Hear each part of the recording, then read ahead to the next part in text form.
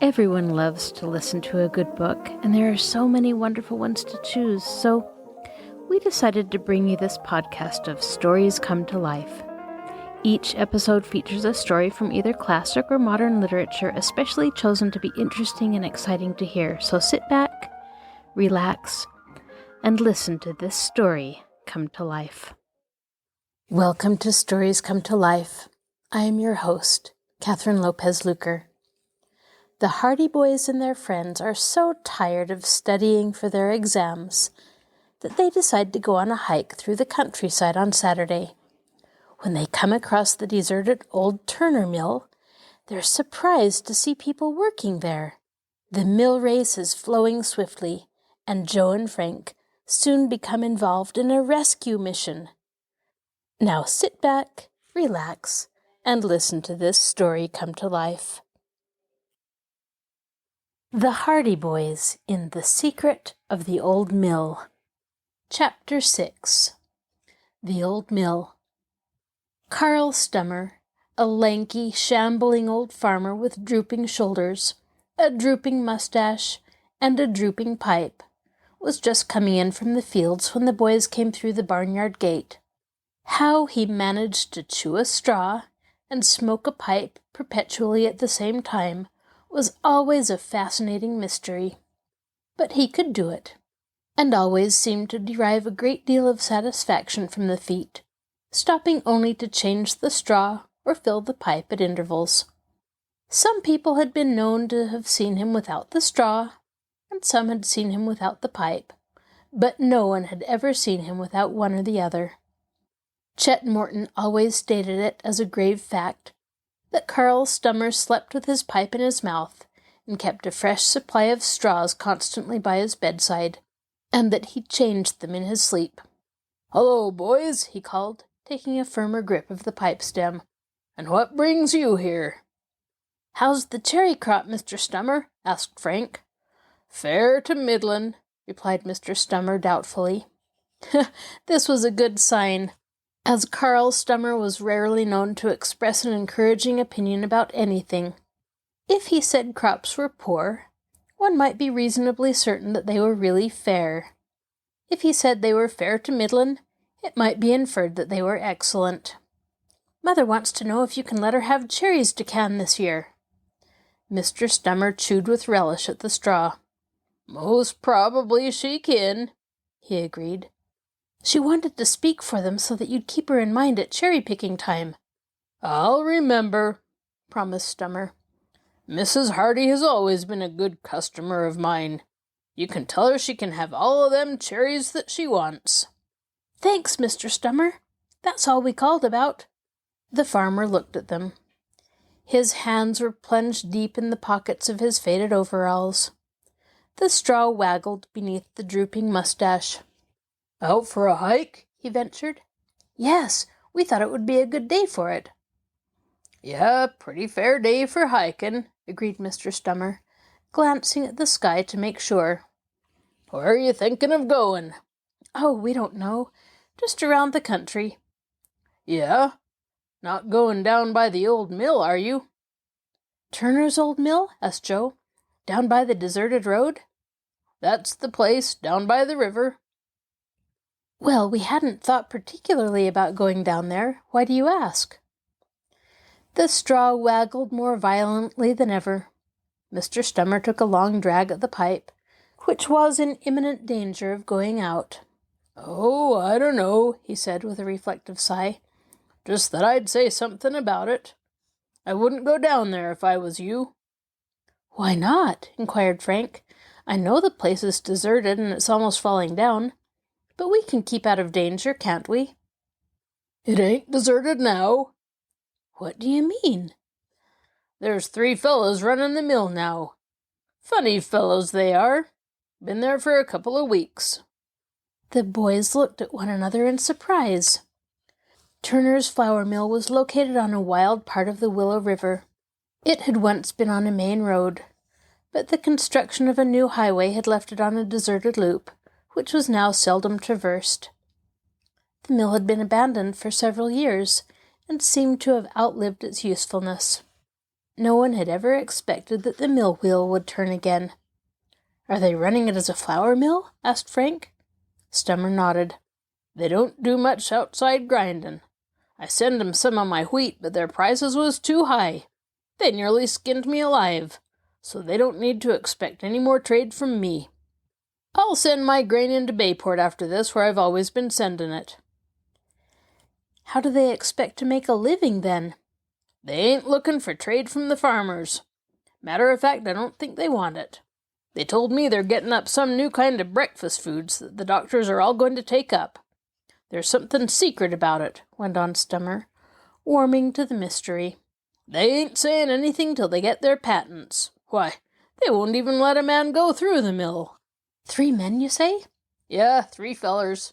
Sort of unpleasant-looking chaps. And there's a boy there, too. I forgot about him.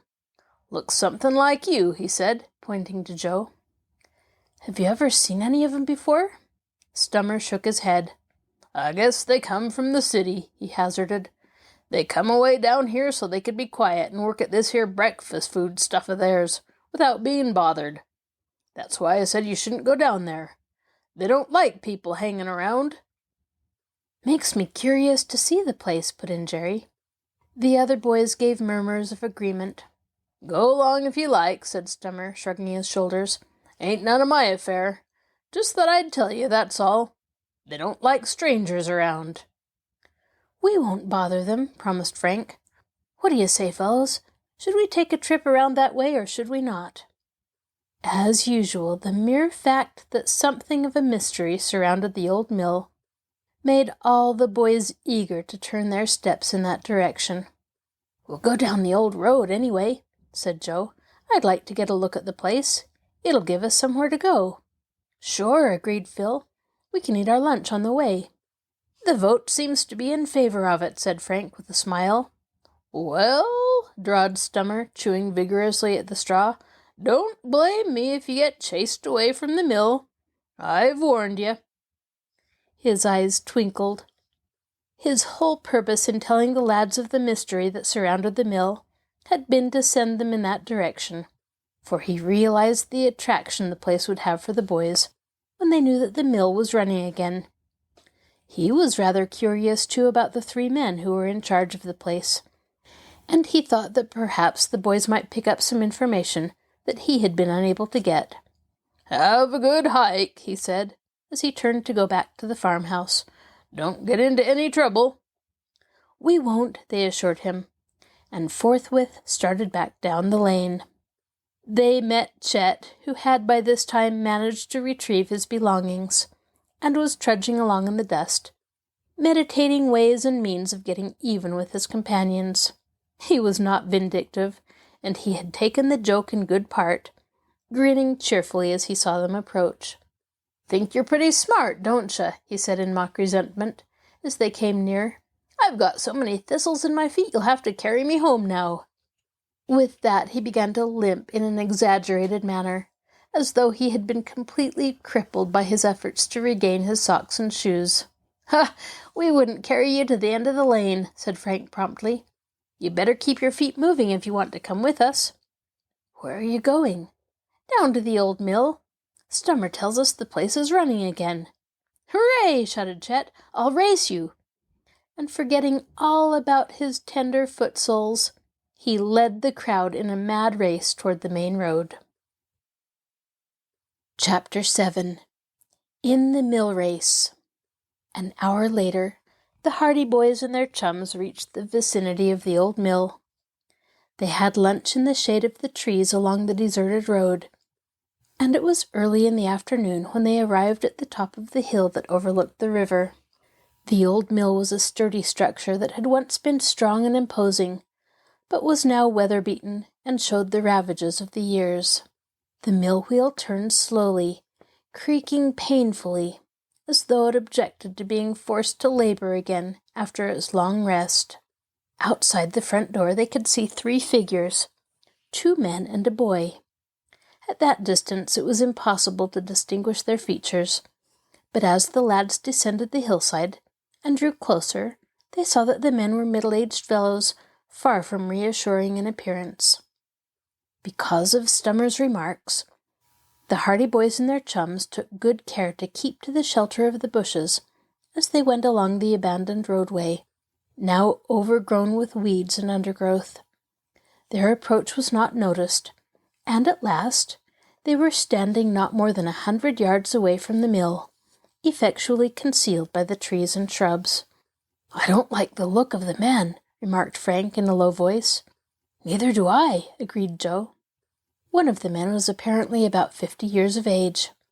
He had a dirty graying beard, and he wore spectacles. He was clad in a torn and stained pair of overalls, and his sleeves were rolled to the elbows, revealing his blackened arms. "For a miller, there's mighty little flour on his hands," commented Frank. "He looks more like an automobile mechanic." The other man, who looked older, was similarly attired, but he was of a more benevolent appearance. He did not wear glasses, and his shaggy brows almost hid a pair of keen, sharp eyes. He fondled his long white beard reflectively as the other man talked to him in low tones.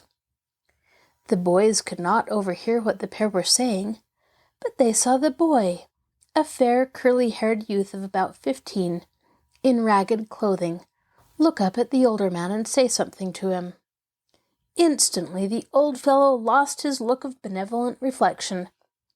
He gave the boy a cuff on the ear that almost staggered him.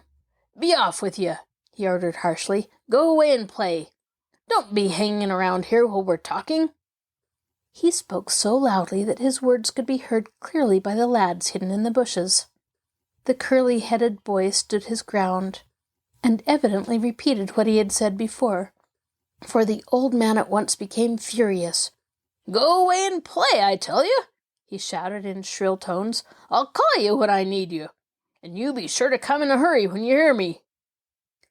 He reached behind him for a heavy cane that was leaning beside the doorway, and he struck out viciously at the lad with it. But the boy dodged the blow and ran off toward the mill race, while the old man watched him go, muttering imprecations. "Leave him alone," said the other man in a guttural voice. "We've got other things to attend to than that brat.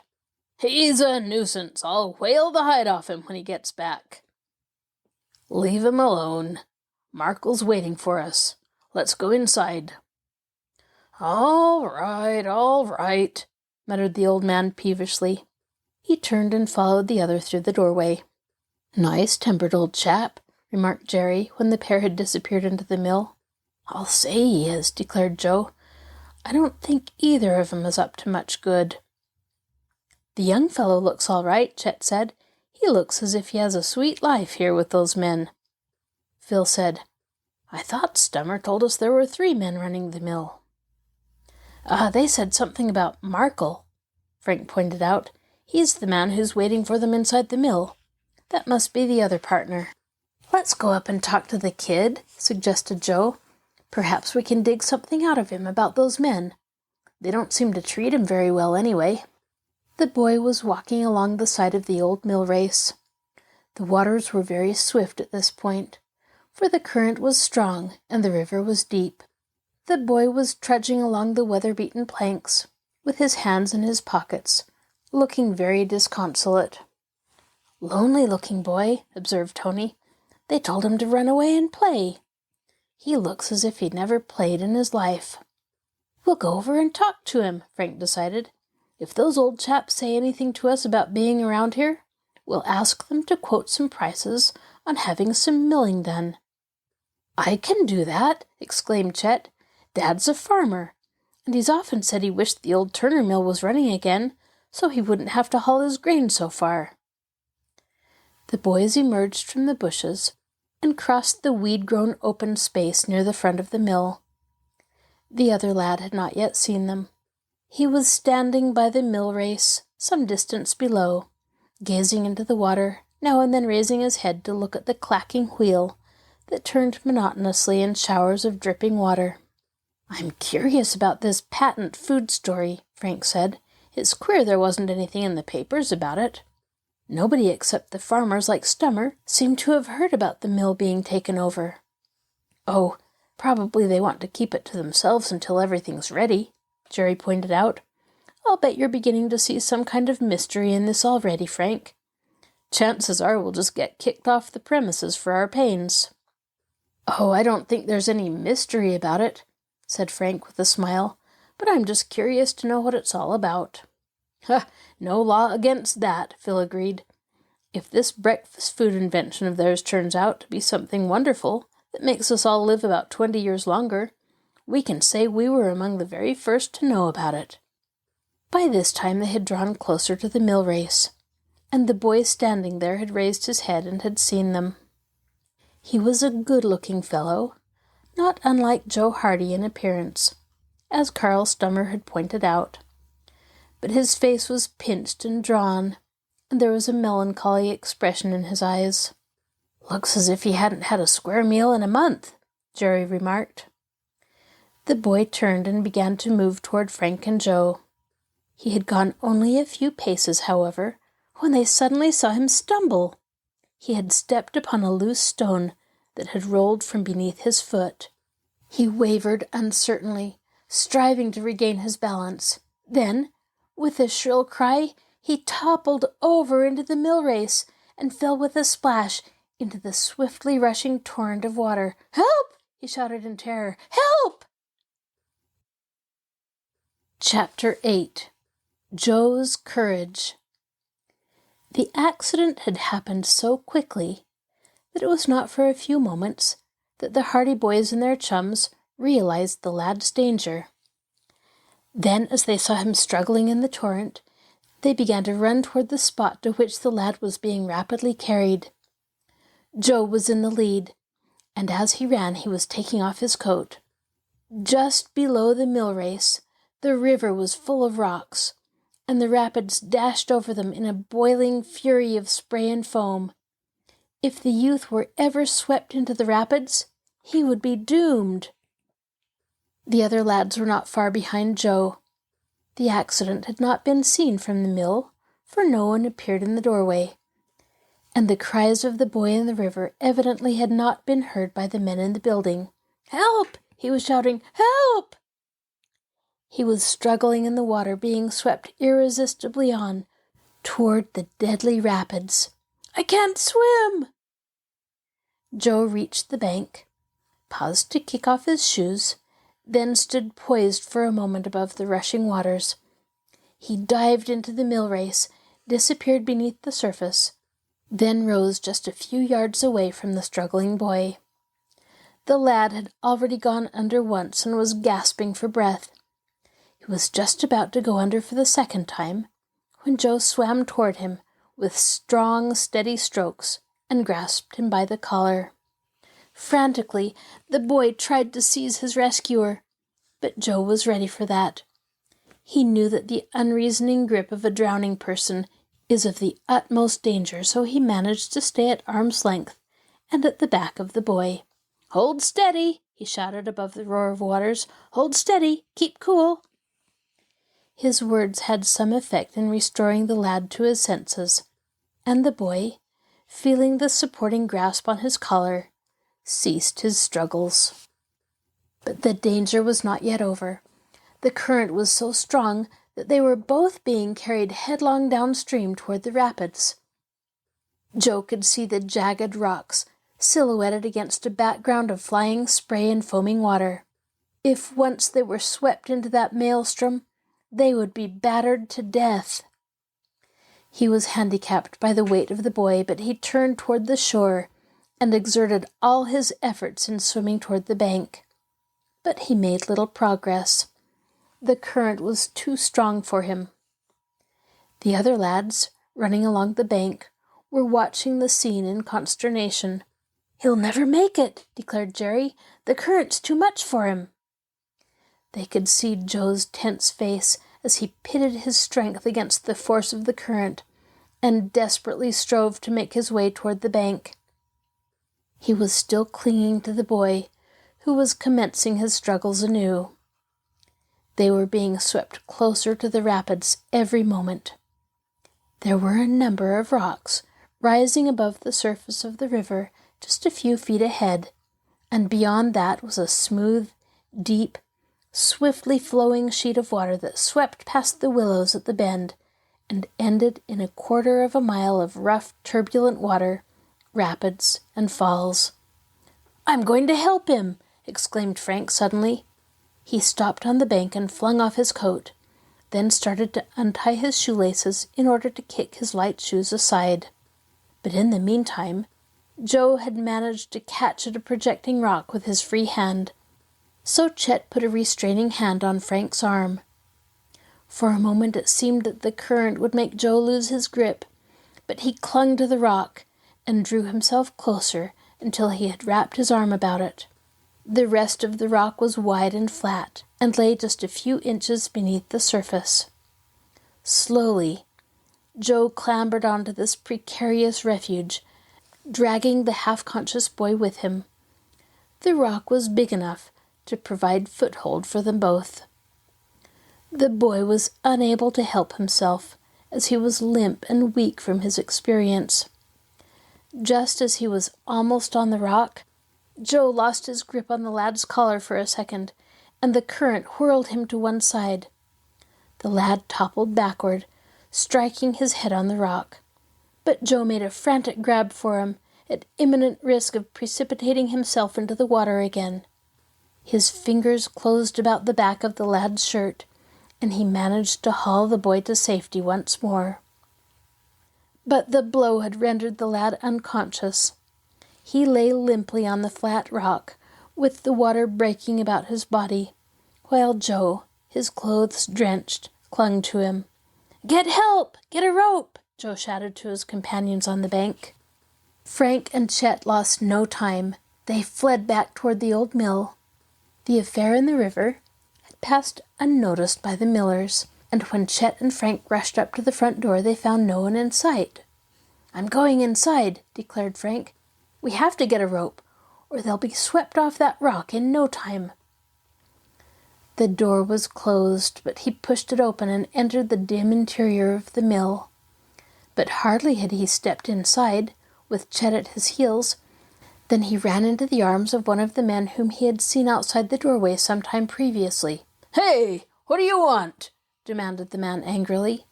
He seized Frank by the shoulders and tried to push him back, out of the building. At the same time, the other man came running out of a nearby door. "What's going on here?" he shouted wrathfully. "What's all this about? Get out of here, you boys!" The sound of voices evidently attracted the attention of a third man, for he too came running out of the shadows, carrying a heavy club, which he brandished threateningly. "What do you want here?" he shouted excitedly. He was short and broad-shouldered, with a dirty kerchief knotted about his neck. "We want a rope," Frank explained, taken aback by this hostile demonstration.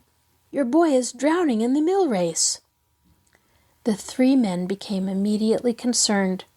They crowded about, asking questions. "What boy? Where is he? What do you want a rope for?" "He fell into the river a few minutes ago. If we don't hurry, he'll be drowned. My brother rescued him, and they're both on a rock down near the rapids," Frank said hurriedly. "Get a rope, quick!" "Get a rope, Markle!" shouted the bespectacled old man to the fellow with the club. "Hurry up!" Markle dropped the club and ran back into the room from which he had come. In a few moments he returned, dragging a length of stout rope. "Where is he now?" asked the old man. "Lead the way." The men of the mill had forgotten their first animosity when told of the plight of the boy, and now they followed Chet and Frank as the two boys ran outside again and raced back along the bank to the place where the other boys were standing in an excited group, shouting advice and encouragement to Joe, who was still clinging to the rock. Markle stumbled along the bank with the rope, and when he reached the group of boys, they moved back to give him space. He coiled the rope loosely in one hand, then whirled the free end of it about his head and flung it out into the stream. But the rope fell short. Joe made a frantic grab for it, but Markle had misjudged the distance. "Here, let me try," demanded the oldest of the three men, pushing Markle impatiently to one side. He seized the loose end of the rope, drew the remainder of it from the rushing water, then cast it out to Joe. The rope whirled through the air, missed Joe's outstretched fingers by inches, then splashed into the water. Again the old man drew the rope back. Again he swung it about his head, and again it arched out above the river. This time it fell against Joe's shoulders. The youth, still clinging to the unconscious form on the rock, hastily grabbed it, seized it, and began hastily tying it about his shoulders, underneath his arms. He was handicapped by the fact that he had but one arm free, but at last he had the rope securely knotted. The old man was greatly excited. He had noticed that the boy had not moved, and that Joe had to cling to him to keep him from being swept off the rock. "Lester!" he shouted. "Lester, are you all right?" "He hit his head on a rock and it knocked him out," explained Jerry. "I don't think he's badly hurt." At that moment, Joe looked up and waved to them, as a signal that they could begin towing him ashore.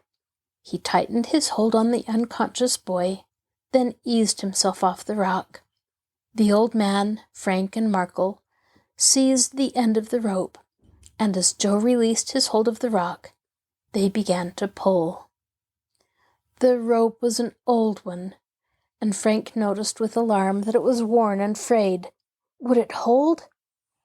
The figures in the water bobbed up and down in the waves, sometimes submerged completely.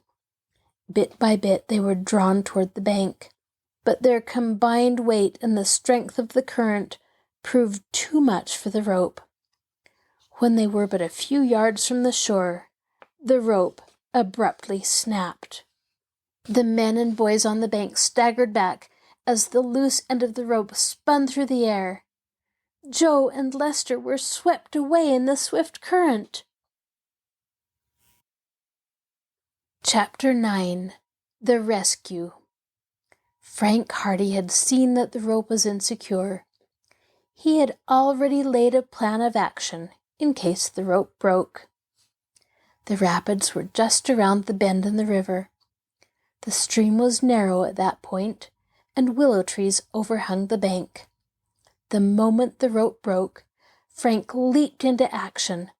He stumbled free of the group and raced along the riverbank toward the willows. He could see Joe struggling helplessly in the swiftly flowing stream, and he knew that if the current once carried him beyond the willows, his brother would be doomed. No human being could live in those tossing rapids. Could he reach the trees in time? Would the current carry Joe and Lester close enough to the bank to enable him to rescue them? Would he be able to hold them until help arrived? The bank suddenly dipped, and he hurried down the grassy slope toward the willows.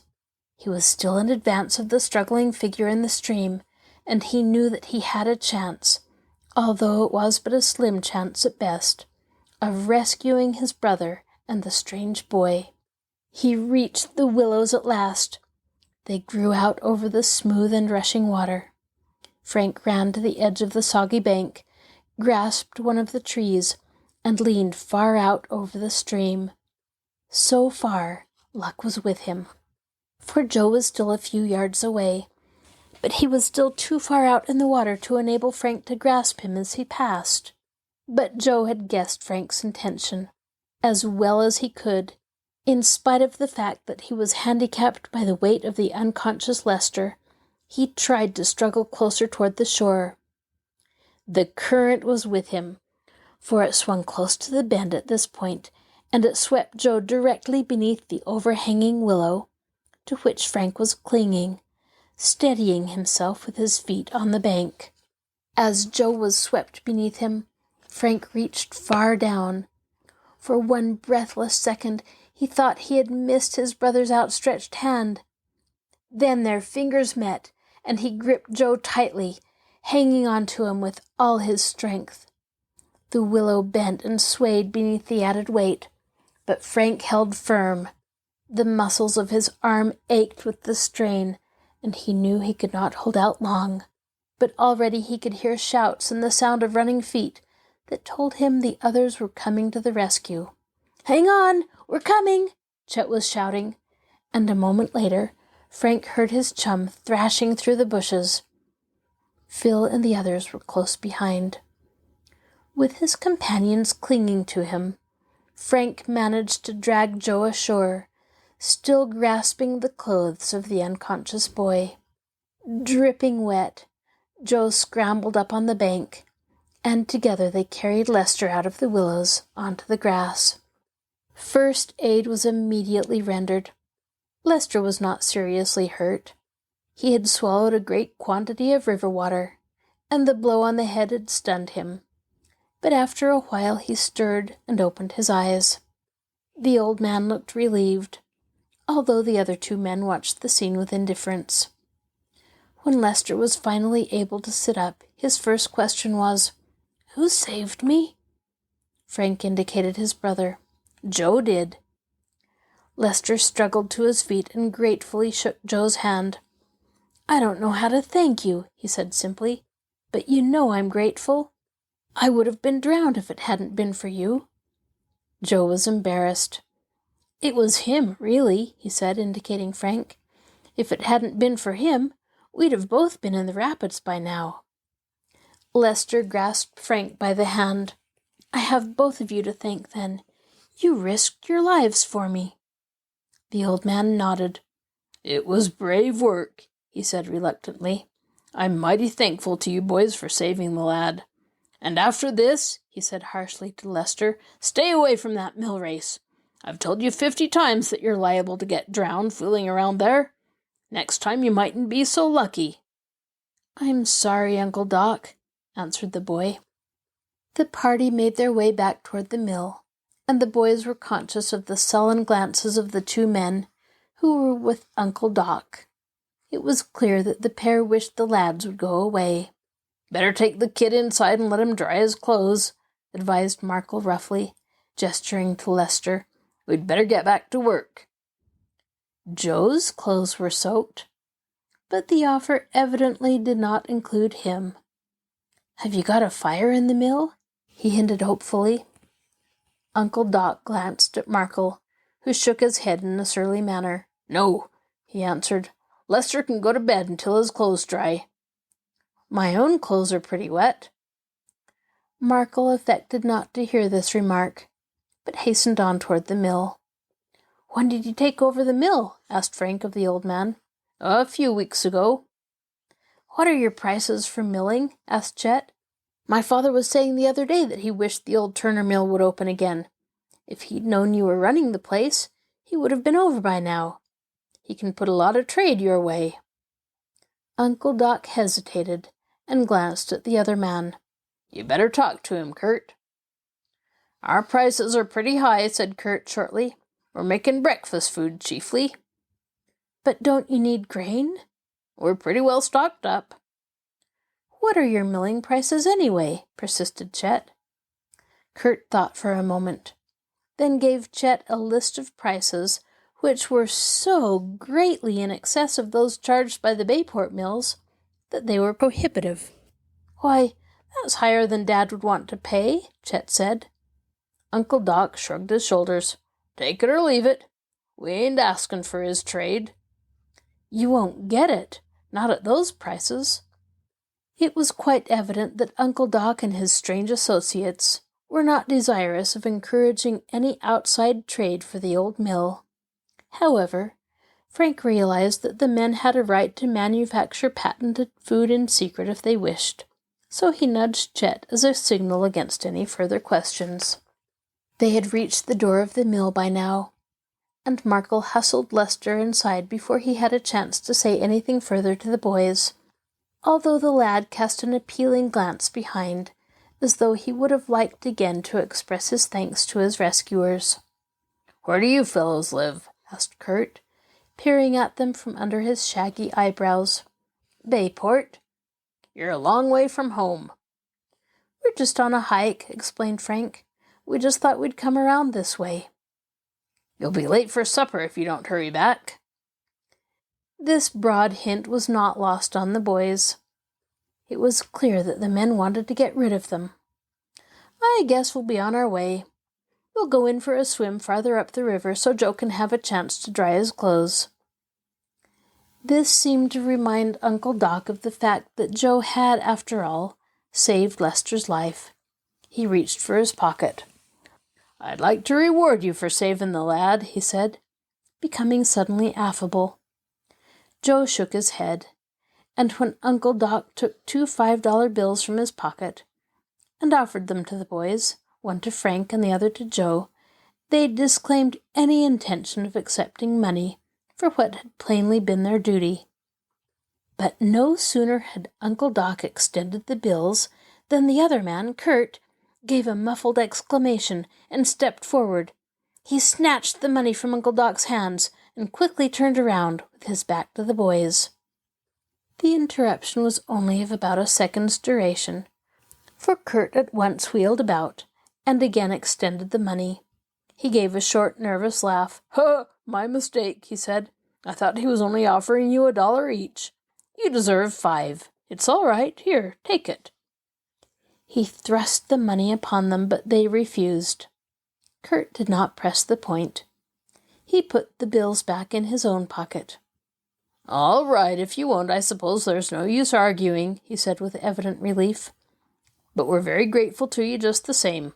Well, Doc, what say we get back to work?" he continued, turning to his companion. Uncle Doc turned away and went back into the mill with Kurt. "It's plain they don't want us hanging around," said Joe, with a rueful glance at his clothes. "Let's go on up the river so I can throw these clothes over a hickory limb and get 'em dried out before we start back home." Chapter 10. The New Boat. A week went by. A week in which the Hardy boys and their chums again wrestled with refractory Latin phrases and geometrical problems as the examinations drew nearer. There was little time for fun, even outside school hours. The boys were all overcome by that helpless feeling that comes with the approach of examinations, the feeling that everything they had ever known had somehow escaped their memory, and that as fast as they learned one fact, they forgot another. But the week was over at last, and on Saturday morning, Fenton Hardy looked up from his newspaper with a quiet smile. "What's the program for today?" he asked of his sons. "Nothing in particular," said Frank. "I was thinking I'd dig into the Latin for an hour or so, although I'm so sick of the sight of that book that I'd like to throw it out the window." "I'm way behind in my algebra," spoke up Joe, "but it's too nice a day to study. Anyway, I've been working hard all week." "Perhaps if you went down to the boathouse, you might find something there," suggested their father casually. The boys stared incredulously. Then they gave a simultaneous whoop of delight. "You don't mean to say the motorboat is here!" exclaimed Frank. Their father had taken charge of the buying of the motorboat for them. They had not expected that the craft would arrive until at the start of the summer holidays. Fenton Hardy merely smiled and turned to the financial page. "It mightn't be a bad idea to go down to the boathouse anyway," he said. The boys needed no further urging. Within a few seconds, they were scrambling for their caps. Within the minute, they were racing down the front steps, and soon they were hastening toward Barmouth Bay. In preparation for the arrival of the motorboat, they had rented a boathouse on the southern shore of the bay, at the foot of the street on which they lived. During the week, Mr. Hardy had obtained the key from them on some pretext, but they had thought nothing of it. Now everything was clear. The boat must have arrived here during the week, and he had it taken to the boathouse without telling us about it, said Frank. "I guess he was afraid we wouldn't do much studying for the rest of the week if we knew it was there." "I guess we wouldn't have either." When they reached the boathouse, they could hardly contain themselves in their eagerness to see if the boat had indeed arrived. Frank inserted the key in the lock and opened the door. They stepped inside. There, rocking gently in the waves, was a long, graceful craft, white with gilt trimmings, a motorboat that gave an immediate impression of strength and power, without the sacrifice of graceful lines. There was a flag at the bow and at the stern. The fittings glistened. The seats were upholstered in leather, and across the bow was the name of the boat in raised letters, Sleuth. The name had been chosen by the Hardy boys previous to the purchase of the craft, and after much argument. "She's a beauty," breathed Frank in deep admiration. "I'll say. The smoothest-looking boat on the bay. I'll bet it's the fastest, too. Oh, boy, if we'd only known this was here all week." Without further ado, the boys descended from the landing stage and got into the boat to inspect the craft more closely. Everything they saw only served to confirm their first impression that the Sleuth was, without doubt, the neatest, most compact, and most beautiful motorboat ever launched. The fittings were bright and shining. The wheel responded to the lightest touch. "How's the gas and oil?" asked Frank, settling into the steerman's seat. "Full up. And look, Frank, even the license is here." "All right, cast off." Joe opened the boathouse doors, unhooked the chains that kept the craft secure, and then leaped into the Sleuth as the engine spluttered and roared. Frank threw in the clutch. The roar died away to a purr, and the boat backed swiftly and smoothly out into the bay. "The engine runs like a watch," reported Frank in delight. Once outside the boathouse, he headed the craft out toward the open bay. It was soon apparent that the engine of the Sleuth was very powerful, for the boat leaped forward as Frank increased speed, and yet there was very little noise. The nose of the boat cut the water like a knife, and the craft skimmed out into the bay like a swallow. Both boys were almost inarticulate with delight. The sense of speed and freedom held them spellbound. Frank changed places with Joe and gave his brother a turn at the wheel. Joe was astonished at the immediate response that came to his lightest touch.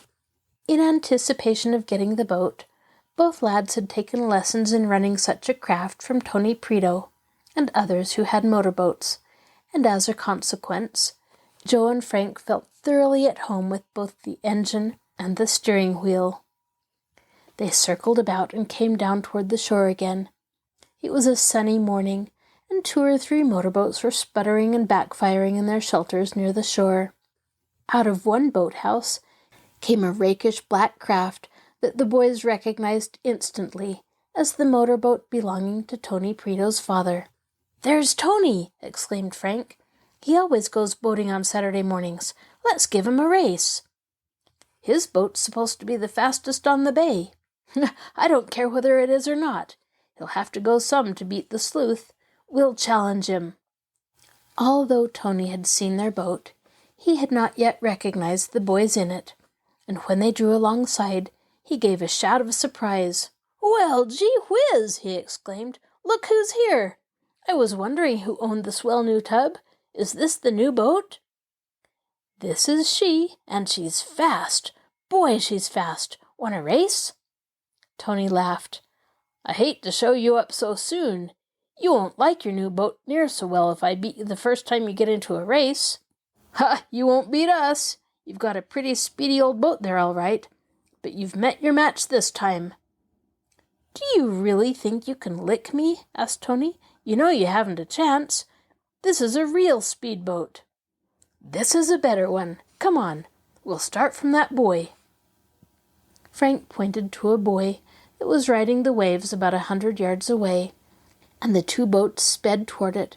They kept on even terms until they came abreast of the buoy, and then Tony shouted, "Now!" At the same instant, the boats leapt forward. The engine of Tony's craft set up a deafening roar, but the Sleuth merely changed from a purr to a growl and sprang swiftly through the water. Tony had the advantage in that he knew his boat well, and he knew just how much power it would stand. Within half a minute, he had established a substantial lead, while the sleuth was surging along in its wake. But Frank knew that the boat was more powerful than it seemed. Gradually he let her out, and the sleuth responded until at last he could see that they were gaining on the craft ahead.